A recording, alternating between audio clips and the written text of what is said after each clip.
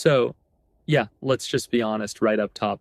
If you're building solo, especially now with Claude Code, Cursor, GPT, whatever, it's honestly never been easier to spin up an app in a weekend. Like, no joke, you can blink and have a working build in the App Store. But here's the thing nobody tells you. With all this speed, the hardest question isn't how do I ship? It's what should I ship, right? Like, how do you actually pick an app idea that fits your life, won't burn you out, and, doesn't just become another abandoned repo after 3 weeks? Because the AI will help you build anything good, bad, way too big, way too weird. It's up to you to steer. Just real quick, I'm Daniel. I've been living in the iOS trenches for over 8 years. Started out freelancing, working with clients, bouncing between all sorts of projects, but after Dub 25, I went all in on solo dev life. Since then, I've crafted over 10 of my own apps, started building everything in public, and honestly, right now, pretty much all my energy goes into making this solo studio into something that lasts, not just another round of quick MVPs or AI slop, the kind of apps that actually scale up. And yeah, I'm sharing every bit of that on Crafters Lab. It isn't just another tutorial site or some AI clone farm. This is my actual home base. It's for solo devs who want to use AI like a real teammate, not like a vending machine. If you're serious about leveling up, building with care, and making apps that actually last, you'll feel right at home. And yeah, if you're still on Patreon, massive thanks. But heads up, everything's have moved over to crafterslab.dev. That's where it's all happening now. So come be part of the crew. Would love to have you building with us. Here's where I'd always start. And this is the advice I give to every indie in my Discord. The number one mistake, picking an app that's just too damn big. I don't care how hyped you are or how much the AI tools promise you can do in a sprint.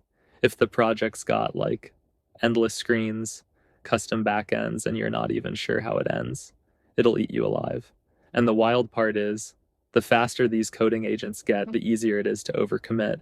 Suddenly, you're 3 weeks in, stuck trying to wire up some gnarly user management, and your momentum is just gone.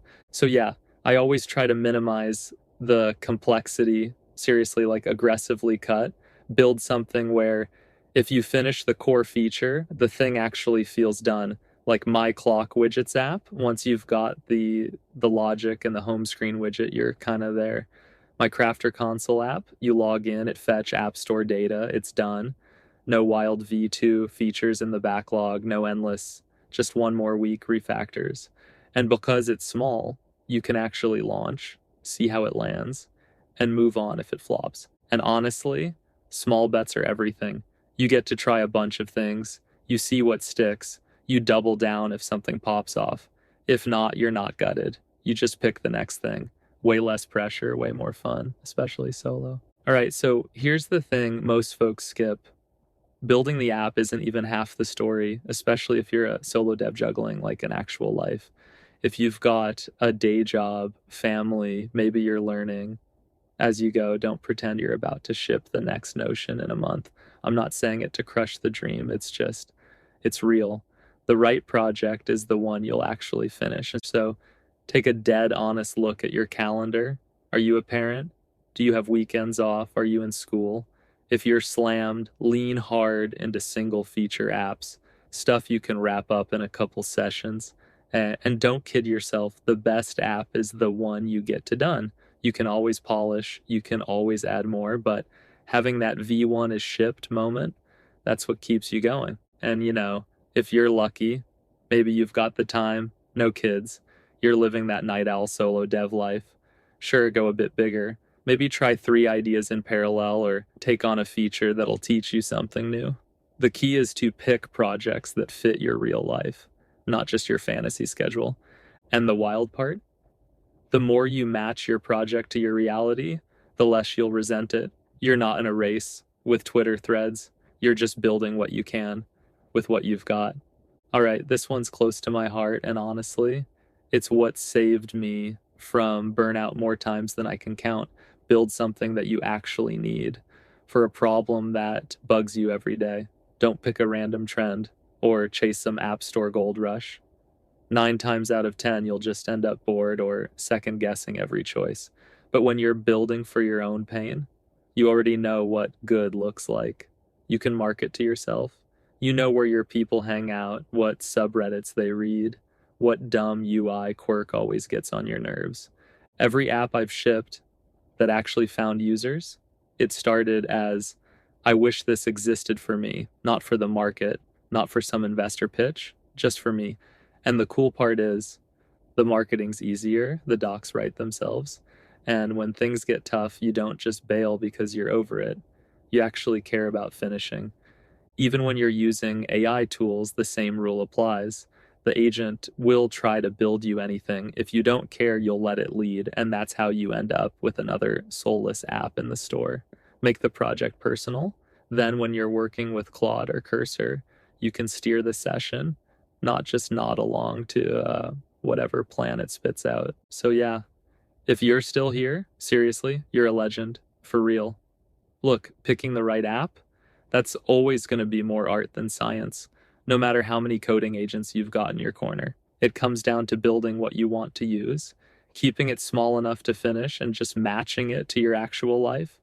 Don't let the hype fool you. Those wild tools, they're amazing, but they don't pick for you. That part's all you, and honestly, that's what makes it fun. And yeah, check out crafterslab.dev. It's not just some tutorial dump. It's not another AI clone farm. It's honestly my home base. I built it for solo devs who treat AI like a real teammate, not just a button you smash when you're stuck. And it's packed. You get full walkthroughs, like actual short video tutorials, a ton of Claude code skills in the pipe, and yeah, resources means straight up downloadable zips you can drop right into your project. Members get to actually riff in the comments, ask follow ups, go back and forth. And yeah, that's just the start because the real core is the Notion team spaces. My live playbook, members get a front row seat to my command center, every app I'm building, all the .md files I'm actually using on real projects, the prompt library, the docs I'm writing as I go, and all the automations I'm wiring up behind the scenes. There's a full curated Swift and Swift UI library team space too, not just some pile of old auto-generated files, but real up-to-date stuff. It's packed with the kind of deep dive keynotes and private talks I paid some $100 for, honestly. You won't find any of this in the public training data. This is all the modern real world code I use myself to fine tune models and build out my own custom MCPs for Claude Code, for Cursor, all of it. There's a bunch of different ways to use it, and I'm always experimenting, always posting about it in the lab. And then there's Ops Lab. It's where I build and share all my Notion AI agent instructions, Notion templates, the Claude Code skills, the workflows, automations, all wired up and ready for you to copy, tweak, totally break, and make your own. The whole point is to keep the indie stack connected so you don't feel like you're building in a silo, even if you're solo at the keyboard. So, yeah, if you want to get in before it gets busy and prices start moving, now's kind of the sweet spot. The crew's still small, super hands-on, and honestly, it feels way more like a behind-the-scenes dev lounge than some giant, faceless forum. Would love to see you in there, swap some stories, maybe even learn something from what you're building next. All right, that's it for me. Keep crafting, keep shipping. Peace.